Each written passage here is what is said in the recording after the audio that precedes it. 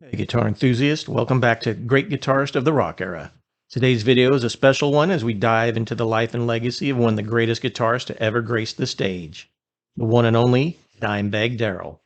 If you're a fan of heavy riffs, mind-blowing solos, you're in for a treat.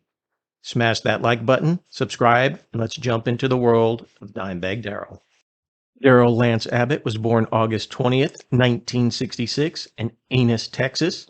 His father was country music producer Jerry Abbott.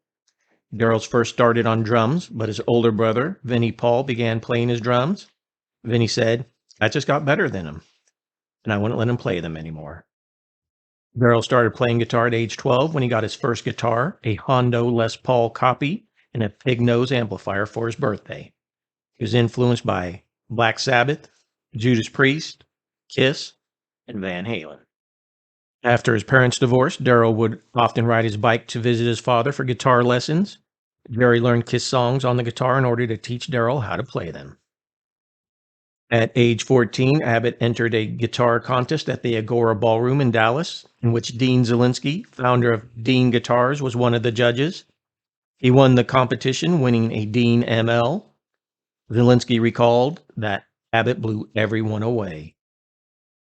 Abbott won many other guitar contests in the area and was eventually asked not to compete so others could win. Pantera was formed in 1981 when Darrell's brother, Vinnie Paul, was asked to join a band alongside his classmates, Terry Glaze on guitar, Tommy Bradford on bass, and Donnie Hart on vocals. Vinnie accepted the invitation on the condition that Darrell could also join. Glaze later recalled that they were unsure about the request, as Darrell wasn't very good and was a little skinny, scrawny dude. In 1982, Hart left the band and Glaze replaced him on vocals, while Rex Brown took Bradford's spot on bass.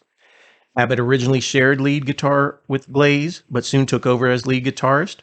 Glaze said, "Abbott just morphed over a period of 6 months." Pantera released their debut album, Metal Magic, in 1983, when Darrell was 16 years old. Originally a glam metal band, Abbott went by the stage name Diamond Darrell. They released Projects in the Jungle and I Am the Night in 1984 and 1985, respectively. Before Glaze was replaced by Phil Anselmo on vocals in 1986, the album Power Metal was released in 1988. The band signed with Atco Records and released their major label debut, Cowboys from Hell, in 1990. It reached number 27 on the Billboard charts and introduced groove metal, in which Abbott's guitar was the central part. They further defined their sound on Vulgar Display of Power in 1992 with the songs Walk and This Love. Darrell changed his stage name from Diamond to Dimebag during the recording of this album. I saw Pantera open for Skid Row in 1992. The group's third major label record, Far Beyond Driven, debuted at number 1 on the Billboard chart in 1994 and has since been described as the heaviest album ever to debut at number 1. Tensions within the band reduced its output as Darrell, Vinnie, and Rex recorded at Darrell's studio, while Phil recorded his vocals in New Orleans for the Great Southern Trendkill, which was released on May 7th, 1996.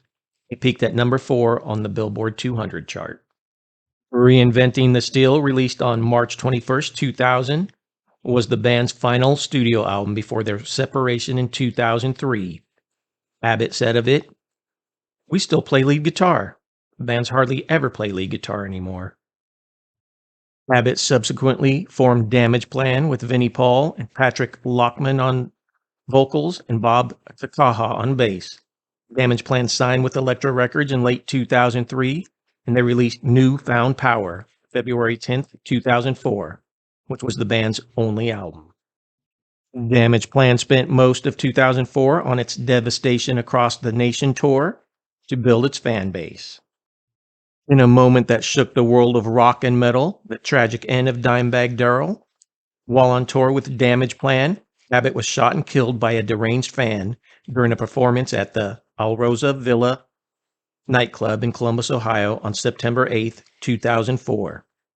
3 others were also shot and killed before the perpetrator was killed by police. Thousands of fans attended his public memorial, and the guest list included artists such as Eddie Van Halen, Zakk Wylde, Corey Taylor, and Jerry Cantrell. Gene Simmons donated a Kiss casket for the burial, and Eddie Van Halen donated his original black and yellow striped Bumblebee guitar, which was buried with Dime. Despite the tragedy, Dimebag Darrell's legacy lives on, from the influence on countless guitarists to the annual Dime Bass celebrations. One of the most distinctive features of Abbott's guitar playing was his use of pinch harmonics, which he picked up from Billy Gibbons, and his use of the Digitech whammy pedal. Dime endorsed Dean guitars. When Dean went out of business in 1994, Abbott signed a 10-year contract with Washburn Guitars. When his contract with Washburn expired in 2004, he went back to the reopened Dean.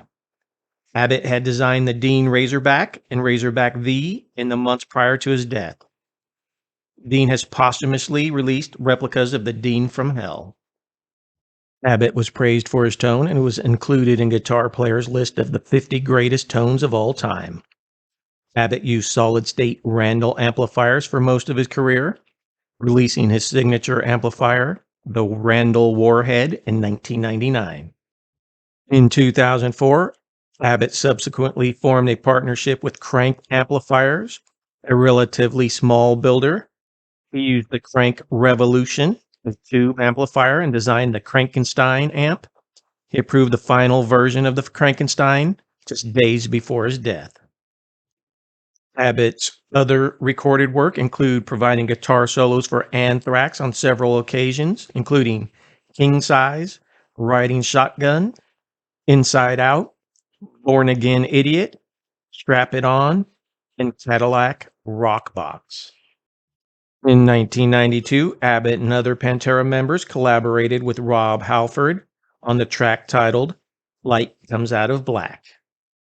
Abbott recorded the song Caged in a Rage, on which he performed lead vocals and guitar under his own name. It was included on the soundtrack to the film Super Cop.